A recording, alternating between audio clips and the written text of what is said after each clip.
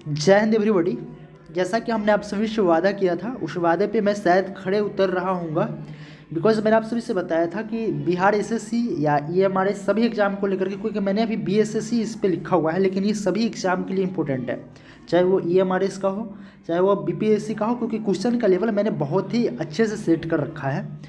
तो इसका आज थर्ड लेक्चर है, जिसमें मैं 15-16 क्वेश्चन ही कर रहा हूँ, क्योंकि कंटेंट अगर आपका बेहतर हो तो मैं क्या करता हूँ कि बहुत ही कम लाता हूँ, 10-15 ही लाता हूँ, लेकिन वो कंटेंट बेहतर होता है।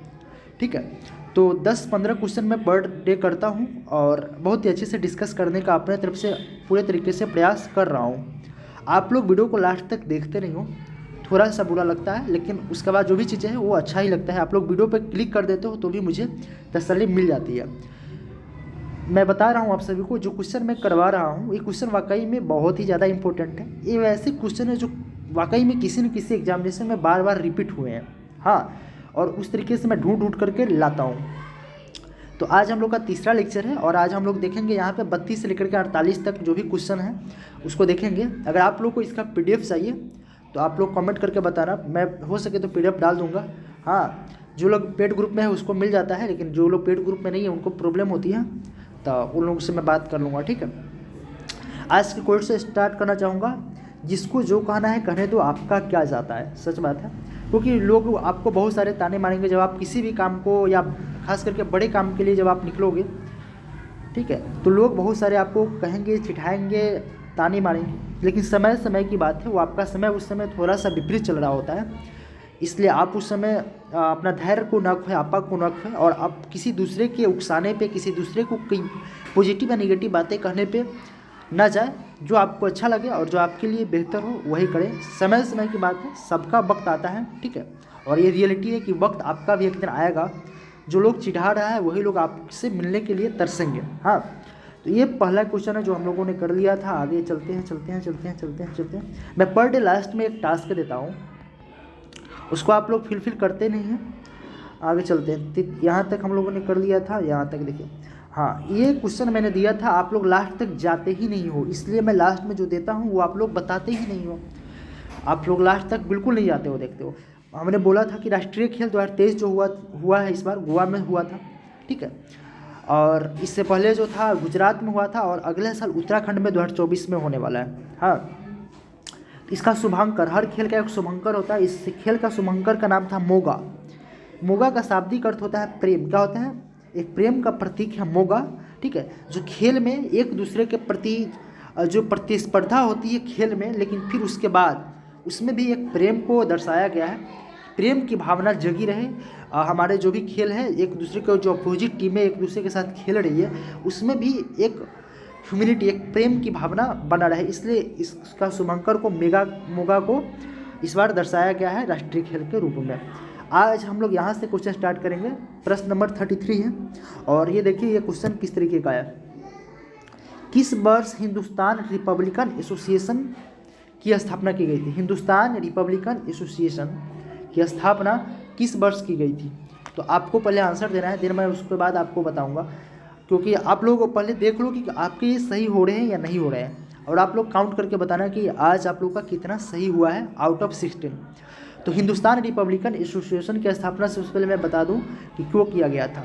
देखिए, देश में क्या रहा था, क्रांतिकारी बहुत सी हमारे देश में काफ़ी लंबे समय तक क्रांति चला था, आंदोलन चला था, राष्ट्रीय आंदोलन चला था ब्रिटिश आधिपत्य से बाहर निकलने के लिए, और देश को एक आज़ाद देश के रूप में विकसित करने के लिए, एक कॉन्स्टिट्यूशन का निर्माण करने के लिए, एक डेमोक्रेटिक कंट्री बनाने के लिए। तो इसी बीच में क्या हुआ था कि कानपुर में कुछ लोगों ने, खास करके युवा क्रांतिकारियों ने एक सम्मेलन बुलाया था, और इसी का नाम हिंदुस्तान रिपब्लिकन एसोसिएशन दिया गया था। ठीक है, देश में उचित ढंग से क्रांतिकारी आंदोलन को संचालित करने के लिए अक्टूबर में ही किया गया था। अक्टूबर 1924 में युवा क्रांतिकारियों ने कानपुर कहाँ है, उत्तर प्रदेश में, कानपुर में एक सम्मेलन बुलाया था जिसे हिंदुस्तान रिपब्लिकन एसोसिएशन कहा गया, जिसका फुल फॉर्म होता है HRA, इसका शॉर्ट फॉर्म होता है। और इसके संस्थापक की बात करूँ तो इसके संस्थापक में आ जाते हैं चंद्रशेखर आज़ाद, कोई भूल नहीं सकते हैं उनको, सचिंद्र सान्याल, राम प्रसाद बिस्मिल, जोगेंद्र चंद्र चटर्जी। हाँ, ये लोग थे। 4-5 लोगों ने मिलकर के हिंदुस्तान रिपब्लिकन एसोसिएशन की स्थापना 1924 में किए थे। तो आंसर बी इसका राइट हो जाएगा, ठीक है। 1924 में हिंदुस्तान रिपब्लिकन एसोसिएशन की स्थापना की गई थी कानपुर में। हम लोग का आज का दूसरा क्वेश्चन, बाकी ये हम लोग का 34 नंबर क्वेश्चन है। न्यू लैम्प्स फॉर ओल्ड नामक लेख श्रृंखला किसने लिखी है? अरविंद घोष ने, लॉर्ड मैकाले, रविंद्रनाथ टैगोर, महात्मा गांधी। चारों लोगों में से किसने न्यू लैम्प्स फॉर ओल्ड नामक एक लेख श्रृंखला, एक पुस्तक है, लिखी थी? तो मैं सबसे पहले बता देता हूँ, न्यू लैम्प्स फॉर ओल्ड ये कांग्रेस के ऊपर लिखा गया था। कांग्रेस पार्टी जिसका स्थापना 1885 ईस्वी में हुआ था, ठीक है। और कांग्रेस की जो स्थापना हुई थी उसके बाद कांग्रेस का क्या था कि पहला मकसद ये था कि देश को आज़ादी दिलानी है, देश को ब्रिटिश शासन से मुक्त करवाना है। लेकिन धीरे धीरे इसमें क्या हुआ कि कांग्रेस अपना विस्तारवादी नीति को अपनाना शुरू कर दिया। तो इससे थोड़ा बहुत आलोचना की भावना से अरविंद घोष ने न्यू लैम्प्स फॉर ओल्ड नामक पुस्तक अरविंद घोष ने लिखा था, और इसमें कांग्रेस की आलोचना की गई थी। कांग्रेस के बारे में भला बुरा कहा गया था, ठीक है, कि कांग्रेस की स्थापना का मूल उद्देश्य कुछ और था और वे मूल उद्देश्य से कुछ अलग जा रहा है। हाँ, तो इसलिए इन्होंने न्यू लैम्प्स फॉर ओल्ड नामक श्रृंखला लिखी थी, और ये काफ़ी प्रचलित पुस्तक मानी जाती है। तो इसको याद रखिएगा अरविंद घोष के बारे में। अगला हम लोगों का क्वेश्चन है, लॉर्ड कर्जन द्वारा 1905 में किया गया बंगाल विभाजन कब रद्द किया गया? देखिए, लॉर्ड कर्जन की सबसे बड़ी नीति में एक ये आता है, बंगाल विभाजन 1905 में। हाँ, और इसने क्या किया था कि जो लॉर्ड कर्जन जिन्होंने बंगाल को विभाजन का प्रस्ताव रखा था 1905 में, उसको रद्द कर दिया गया था। तो किस वर्ष रद्द किया गया था वो आपको बताना है। तो मैं आपको बता दूं, इसका राइट आंसर हो जाएगा 1911, क्योंकि आपको पता हुआ कि 1911 में क्या हुआ था। दिसंबर 1911 में ब्रिटिश सम्राट जॉर्ज प्रथम और महारानी मैरी कॉम ने क्या किया था, दिल्ली में आया था। बहुत ही बड़े सभा का आयोजन किया गया था उसमें, और उसी बीच में दिल्ली दरबार, जिसको हम लोग कहते हैं दिल्ली दरबार का आयोजन 1911 में। तो जॉर्ज प्रथम ने क्या किया था, 12 दिसंबर 1911 को बंगाल विभाजन की जो रूपरेखा तैयार की गई थी लॉर्ड कर्जन द्वारा, उसको रद्द कर दिया था। और बता दूं मैं आपको, इसी दिन ये भी घोषणा किया गया था कि बंगाल में जो बंगाल का जो कैपिटल कोलकाता है, उस समय हमारा पूरे भारत देश का कैपिटल वही हुआ करता था, कोलकाता। तो जो राजधानी है वो कोलकाता से दिल्ली शिफ्ट करने के लिए उन्होंने घोषणा उसी दिन किया था, 12 दिसंबर 1911 को, ठीक है, 12 दिसंबर 1911 को। और इसी दिन मैं बता दूं, जॉर्ज पंचम ने ये भी घोषणा की थी, जॉर्ज पंचम ने, कि बंगाल से बिहार और उड़ीसा दोनों को अलग किया जाए। बिहार और उड़ीसा को भी अलग करने का इस प्रस्ताव इसी दिन पारित हुआ था 1911 को ही, ठीक है, जो दिल्ली दरबार का आयोजन किया गया था उसी बीच में। तो याद रखना है कि जो बंगाल विभाजन का जो लॉर्ड कर्जन ने प्रस्ताव रखा था, ये भी 1911 को खारिज कर दिया गया था दिल्ली दरबार में। उस साथ ही साथ बंगाल से बिहार और उड़ीसा को अलग करने की बातें, और कोलकाता से दिल्ली राजधानी शिफ्ट करने की बातें, ये सब कुछ इसी दिन हुआ था। तो ये याद रखिएगा अपना। अगला क्वेश्चन हम लोग का है, एक मिनट, हाँ, भारतीय क्रांति की जननी, ठीक है, किसे कहा जाता है?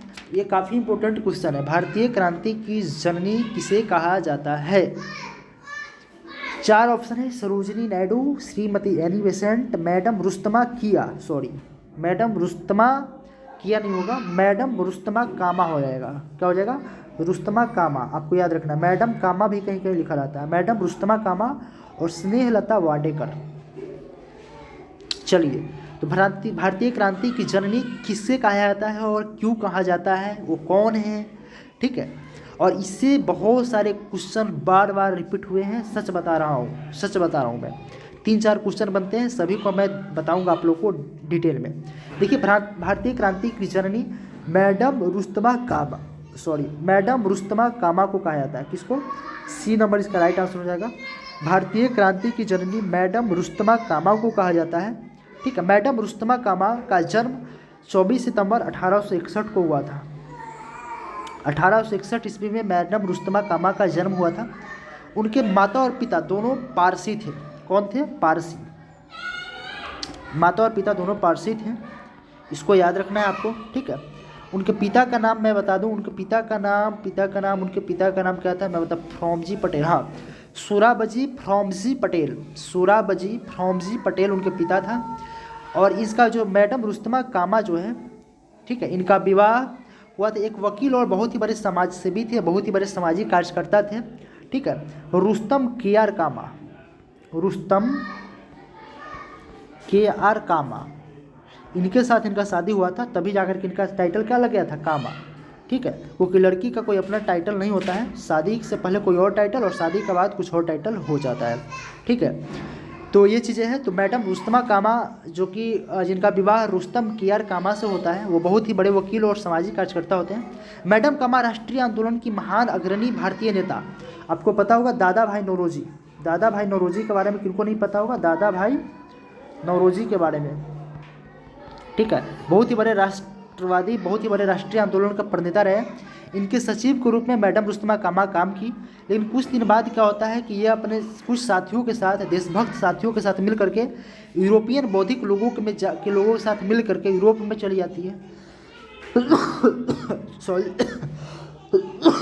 यूरोप में चली जाती है, जर्मनी में चली जाती है, और वहीं से एक संगठन बनाती है और स्वतंत्रता आंदोलन में भाग लेती है, भारतीय स्वतंत्रता आंदोलन में भाग लेती है। और 22 अगस्त 1907 का वो दिन होता है जब वो जर्मनी के स्टुटगार्ट पर, जर्मनी का याद रखना, 22 अगस्त 1907 को जर्मनी के स्टुटगार्ट, शहर का नाम है स्टुटगार्ट में, जर्मनी की स्टुटगार्ट में आयोजित अंतर्राष्ट्रीय सोशलिस्ट सम्मेलन, जिसे हम लोग बोलते हैं इंटरनेशनल सोशलिस्ट कॉन्फ्रेंस में, उन्होंने भारतीय स्वतंत्रता का झंडा सबसे पहले फहराया था। हम लोग जानते हैं कि 1930 में पहले स्वतंत्रता का झंडा फहराया गया था, ठीक है, 26 जनवरी 1930 को, लेकिन इससे पहले मैडम रुस्तमा कामा ने, ठीक है, इंटरनेशनल सोशलिस्ट कॉन्फ्रेंस जो मनाया गया था स्टुटगार्ट में, वहाँ पे भारतीय स्वतंत्रता का जो तिरंगा था उसे फहराई थी पहली बार, ठीक है। इसलिए इन्हें ये भारतीय क्रांति की माँ या मदर ऑफ इंडियन रिवोल्यूशनरी कहा जाता है। याद रखिएगा 1907 में पहली बार भारतीय स्वतंत्रता का जो झंडा है वो मैडम रुस्तमा कामा ने जर्मनी के स्टुटगार्ट में फहराई थी। आपको अब हम बता दूं, आपको टास्क आज का क्या है कमेंट बॉक्स में बताने का। सरोजिनी नायडू के बारे में, जीवन के बारे में 2-4 चीज़ें आपको लिखनी है, ठीक है, आपको पता ही होगा। एनी बेसेंट के बारे में बताना है, दोनों आदमी के बारे में, दोनों महान हमारे देश की एक बहुत ही बड़ी नायिका के रूप में भूमिका निभाई थी, महिलाओं के रूप में बहुत ही बढ़ चढ़ करके काम किया। तो सरोजिनी नायडू और श्रीमती एनी बेसेंट दोनों के बारे में कमेंट बॉक्स में बताना है, जो जो इंपॉर्टेंट फैक्ट एग्जाम में पूछे जाते हैं। अगला, मदरलैंड को किसने प्रकाशित किया था? मदरलैंड क्या है? मदरलैंड एक वीकली पत्रिका है, जैसे कि महात्मा गांधी के बहुत सारे पत्रिका हुए। महात्मा गांधी का एक पत्रिका बहुत ही इंपॉर्टेंट है जो एग्जाम में पूछे जाते हैं, दक्षिण अफ्रीका से उन्होंने शुरू किया था उसको। आपको कमेंट बॉक्स से बताना है कि महात्मा गांधी का वो कौन सी पत्रिका है। ये जो मदरलैंड नामक पत्रिका, साप्ताहिक पत्रिका है, ये पटना से ही शुरू किया गया था। कहाँ से? पटना से ही शुरू किया गया था, इसलिए काफ़ी ज़्यादा इंपॉर्टेंट हो जाता है। मदरलैंड पत्रिका जो है वो पटना से ही प्रकाशित किया गया था। पटना में सदाकत आश्रम है, पटना में एक सदाकत आश्रम है, ठीक है, सदाकत आश्रम, वहीं से इसको शुरू किया गया था। और इसको शुरू करने वाले और कोई नहीं थे, मैं बता दूं, मजहरुल हक, मौलाना मजहरुल हक जो थे वही थे। मौलाना मजहरुल हक ने मदरलैंड नामक पत्रिका पटना के, ठीक है, पटना के सदाकत आश्रम से शुरू किया था, ठीक है, इसको याद रखिएगा। मौलाना मजहरुल हक का जो पत्रिका का नाम है वो मदरलैंड है। क्या है? मदरलैंड, मातृभूमि। अगला क्वेश्चन, पटना युवक संघ की स्थापना कब हुई थी? मैं बिहार से रिलेटेड क्वेश्चन इसलिए ला रहा हूँ, ये प्रीवियस में पूछे गए हैं, क्योंकि हमें बिहार के सापेक्ष में जो बिहार एसएससी या बीपीएससी इसमें पूछे जाते हैं। पटना युवक संघ की स्थापना कब हुई थी? 1917, 1925, 1927, 1930। आपको बताना है। मेरे अकॉर्डिंग मैं बता दूं, पटना युवक संघ की जो स्थापना हुई थी, सबसे पहले क्रांतिकारी गतिविधियां, जो हमारे देश में क्रांतिकारी आंदोलन चल रहा था ब्रिटिश शासकों के खिलाफ में, तो बिहार में क्रांतिकारी को कुछ अलग रूप देने के लिए और उसको अच्छे से लीड करने के लिए पटना युवक संघ की स्थापना 1927 में की गई थी। कब? 1927 में की गई थी। कब की गई थी? 1927 में, क्रांतिकारी आंदोलन में अपनी वर्चस्व को स्थापित करने के लिए। अगला क्वेश्चन देखिए, भारतीय राष्ट्रीय कांग्रेस के 27वें सम्मेलन की अध्यक्षता किसने की थी? भारतीय राष्ट्रीय कांग्रेस के 27वां सम्मेलन जो होता था, प्रतिवर्ष होता था, उसकी अध्यक्षता किसने की थी। ये क्वेश्चन इसलिए मैं लेकर आया हूँ क्योंकि ये अध्यक्षता जो है बिहार के बांकीपुर में ही किया गया था। ठीक है, बिहार के बांकीपुर में किया गया था और इसकी अध्यक्षता जो थे आर एन मुधोलकर जी ने किया था। किसने किया था? आर एन मुधोलकर जी ने किया था। भारतीय राष्ट्रीय कांग्रेस के 27वें सम्मेलन की अध्यक्षता बिहार के बांकीपुर में आर एन मुधोलकर जी की अध्यक्षता में किया गया था। तो भारतीय राष्ट्रीय कांग्रेस के बारे में आप याद रखिएगा, 27वां सम्मेलन बिहार में ही किया गया था और आर एन मुधोलकर इसके अध्यक्ष थे। अब हम लोग फिजिक्स के क्वेश्चन पे आ गए। आप लोगों को पता होगा कि मैंने पिछले क्लास में पिछला जो हम लोग का वीडियो था उसमें मैक्सिमम बायोलॉजी के क्वेश्चन पर डिटेल में बात किया था और ज्योग्राफी के। तो आज हम लोगों ने हिस्ट्री और खास करके मॉडर्न हिस्ट्री और फिजिक्स के क्वेश्चन पे बात करेंगे, जो क्वेश्चन इंपॉर्टेंट है।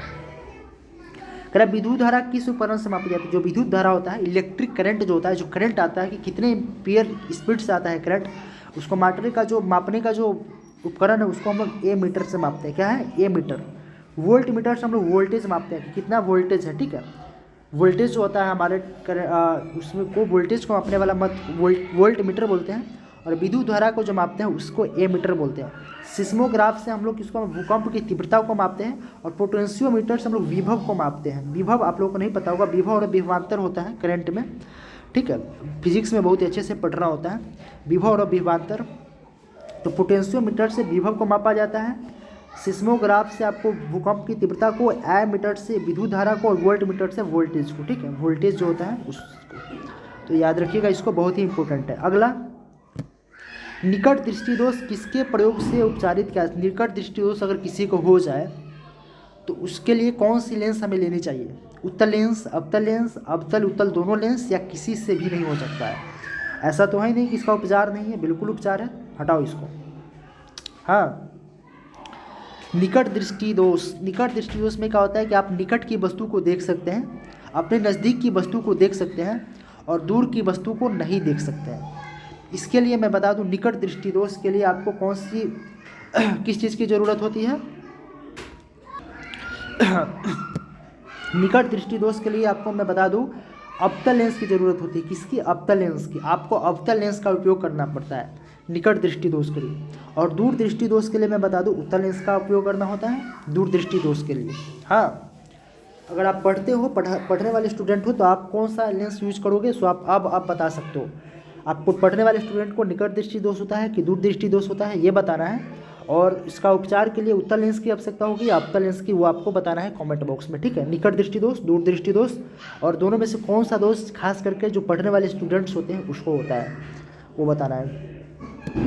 प्रकाश के साथ रंग को अलग करने का क्या तरीका है? प्रकाश का बहुत 7 रंग होता है। ठीक है, प्रकाश के 7 रंग होते हैं, बैगनी, जामुनी, नीला, हरा, पीला, नारंगी तथा लाल। ठीक है, यही 7 रंग ना होते हैं। इसको कैसे, ये सारे अलग अलग रूप में कैसे आपतित होते हैं, कैसे अलग अलग रूप में ये विखंडित होते हैं?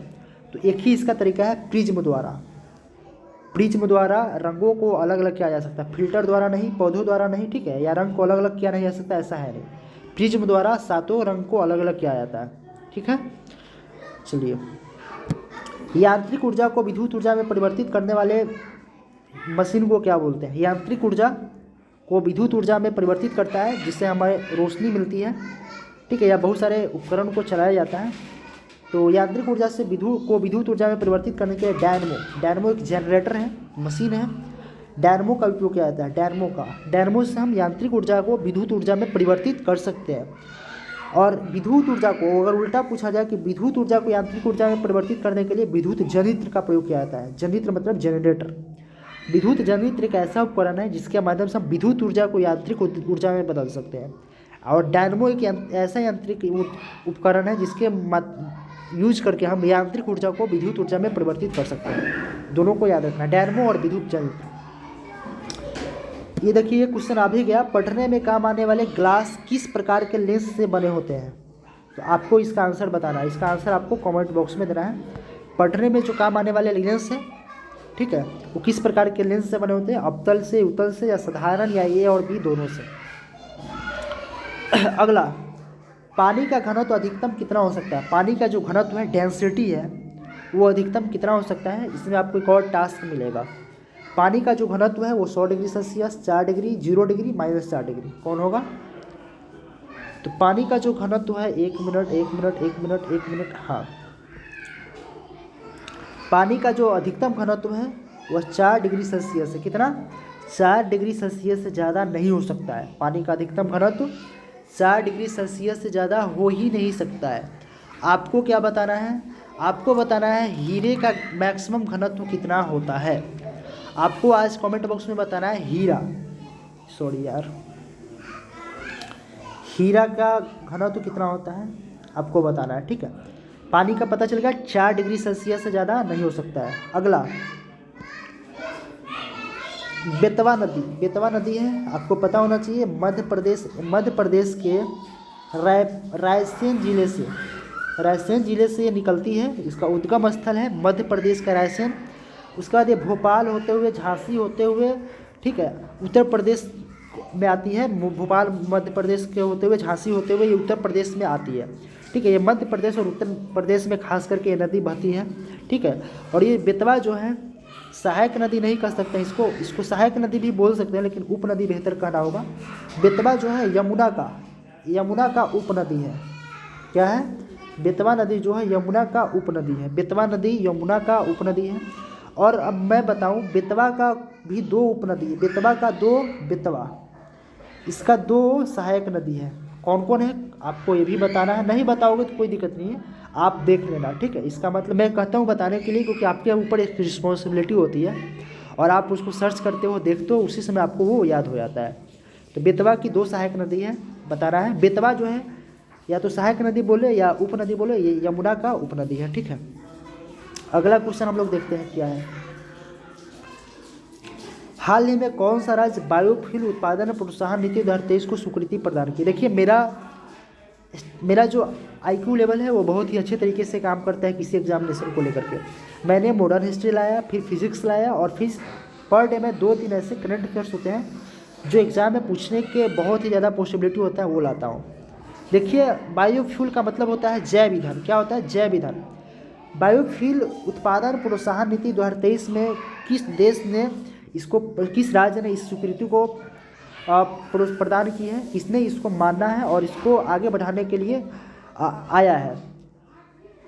तो आपको बताना है उत्तर प्रदेश, बिहार, गुजरात, सिक्किम। बायोफ्यूल का मतलब ये होता है कि जो भी हम लोग यूज करते हैं ईंधन, बायोफ्यूल, जो भी पेट्रोल वगैरह यूज करते हैं, इसमें क्या होता है कि प्रदूषण फैलने का जो चांस है वो बहुत ही कम होता है। ठीक है, ये बिल्कुल नेचुरली रूप से नहीं पाया जाता है, इसे बनाया जाता है, इसे पेड़ पौधों से, इसे पशुओं के जो भी मल मूत्र होते हैं उससे इसका निर्माण किया जाता है। ठीक है, तो इससे क्या होता है कि प्रदूषण की जो मात्रा है वो बहुत ही कम होती है। तो बिहार जो है बायोफ्यूल उत्पादन प्रोत्साहन नीति 2030 को स्वीकृति प्रदान की है। बिहार याद रखिएगा, BPSC, बिहार SSC, बिहार दरोगा, इस सब के लिए बहुत इंपॉर्टेंट है। अगला लास्ट क्वेश्चन है आज का हम लोग का, मिस इंडिया 2023 के रूप में बिहार के किस महिला को चुना गया है? ये बहुत ही इंपॉर्टेंट है। मिस इंडिया 2023 के रूप में बिहार के किस महिला को चुना गया है? रोहिणी झा, शानवी चौहान, मेनका रानी, मैथिली ठाकुर को बिहार निर्वाचन आयोग का आइकॉन भी बनाया गया है, याद रखिएगा। मैथिली ठाकुर को बिहार निर्वाचन आयोग का आइकॉन बनाया गया है। ठीक है, नेशनल आइकॉन नहीं, शायद राज्य आइकॉन बनाया गया। और सचिन तेंदुलकर जो कि क्रिकेट का गॉड कहे जाते हैं, उनको नेशनल आइकॉन बनाया गया है निर्वाचन आयोग द्वारा। ठीक है, तो यह है, आपको बताना है इसका आंसर, कमेंट बॉक्स में बताना है। मैं इसका आंसर कल आप लोग को दूंगा कि क्या सही है। ठीक है, शानवी चौहान भी के बारे में भी आपको देख लेना है कि शानवी चौहान कौन है, और मैथिली ठाकुर के बारे में बता दिया। मेनका रानी को देखना नहीं है, और रोहिणी झा, शानवी चौहान, मैथिली ठाकुर, तीनों में से ही कोई एक है, तो आप देखना कौन है। फिलहाल आगे चलते हैं हम लोग। आज का हम लोग का यही तक क्वेश्चन था। ठीक है, और लास्ट तक जो लोग आए होंगे इसका आंसर देंगे, नहीं तो कल के जैसे चुपचाप अपना चले जाएंगे। नीचे क्या लिखा हुआ है देखते हैं थोड़ा सा। कह लाइक, सब्सक्राइब एंड शेयर, पढ़ाई में बदलिए अपना गियर। सच बता रहा हूँ, अब आपको पढ़ाई में अपना गियर बदलना है। ठीक है, और लाइक करना है, सब्सक्राइब करना है और शेयर करना है। आप लोगों को यहाँ तक आने के लिए, लास्ट छोर तक वीडियो में बने रहने के लिए बहुत बहुत शुक्रिया, बहुत सारा प्यार। इसी तरीके से आप लोग देखते रहिए वीडियो को, बहुत ही अच्छा आप लोगों का आउटपुट देखने को मिलेगा जब आप एग्ज़ाम में बैठोगे। ठीक है, फिलहाल इस वीडियो में इतना ही, मिलते हैं एक नए वीडियो के साथ, तब तक के लिए जय हिंद, जय Bharat, love you to all.